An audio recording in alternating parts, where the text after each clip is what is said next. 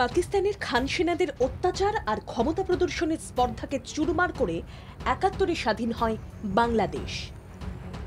ভারতীয় সেনারা সেই সময় বাংলাদেশের নারী, শিশু ও প্রবীণদের ওপর অত্যাচারের অবসান ঘটাতে ঝাঁপিয়ে পড়ে।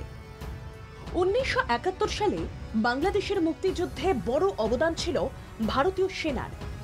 ১৬ই ডিসেম্বর ভারতীয় সেনা ও বাংলাদেশের মুক্তিবাহিনীর কাছে আত্মসমর্পণ করতে বাধ্য হয় পাকিস্তানের ৯৩,০০০ সেনা। তাই বাংলাদেশের মতোই ভারতেও এই বিজয় দিবস উপলক্ষে বিশেষ অনুষ্ঠানের আয়োজন করা হয়। সেই মতো কলকাতার ফোর্ট উইলিয়ামে বর্ণাঢ্য অনুষ্ঠানের আয়োজন করা হয়েছিল। অনুষ্ঠানে যোগ দেন বাংলাদেশের ৮ মুক্তিযোদ্ধা।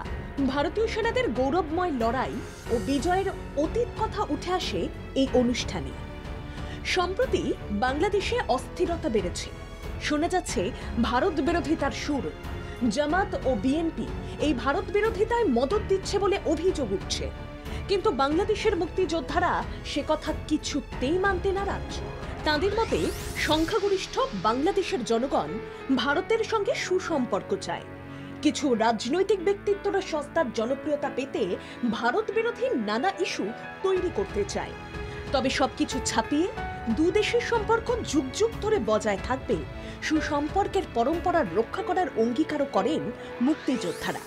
মহান ১৯৭১ সালের মহান মুক্তিযুদ্ধে বাঙালি বা বাংলাদেশি মুক্তিযোদ্ধাদের পাশাপাশি ভারতীয় সেনাবাহিনী, ভারতীয় জনগণ আমাদেরকে যে সাপোর্ট করেছিলেন, যে মিলিটারি সহায়তা দিয়েছিলেন, তার জন্য আমরা অত্যন্ত কৃতজ্ঞ ভারতের প্রতি, ভারতীয় সেনাবাহিনীর প্রতি।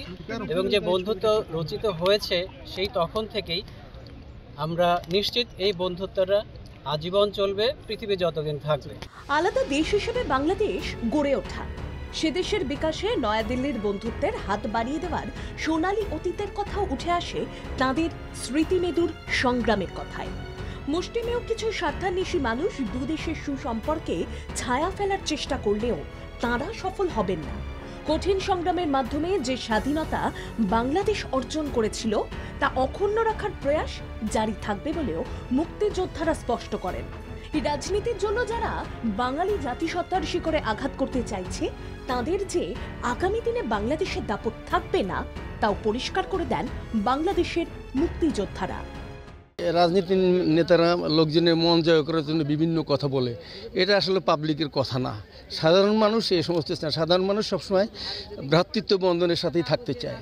যারা চলে আসছে আবার মাঝে মাঝে বাংলাদেশে যায়, এখনও তাদের সাথে আমার যোগাযোগ আছে এবং আমরা খুবই বন্ধুত্বসুলভ সম্পর্ক এখনও আছে এবং আশা করি যতদিন বেঁচে থাকি ততদিন থাকবে। কেন বৃহত্তর জনগোষ্ঠী ফিলিংস ভারতের প্রতি অত্যন্ত বন্ধুসুলভ, যেহেতু ভারতের কাছে আমরা কৃতজ্ঞ, যেহেতু আমাদের মুক্তিযুদ্ধে তারা আমাদের সাহায্য করেছে। তাদের সহযোগিতায় আমি একজন মুক্তিযোদ্ধা ছিলাম, ভারত সেনাবাহিনীর সাথেও আমি বিভিন্ন সময়ে ছিলাম বিভিন্ন অপারেশনে, এবং আমরা তাদের প্রতি কৃতজ্ঞ এবং তাদের সাথে আমাদের যে ভ্রাতৃত্ব বন্ধন সেটা অটুট থাকবে, এটা আমি বিশ্বাস করি।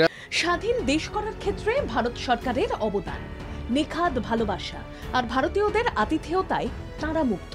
ভাষা সংস্কৃতির মর্যাদা রাখতে কোনো প্ররোচনায় পা না দিয়ে মুক্তিযোদ্ধারা চান যুগ যুগ ধরে এই সম্পর্কের বাঁধন শক্ত থাক।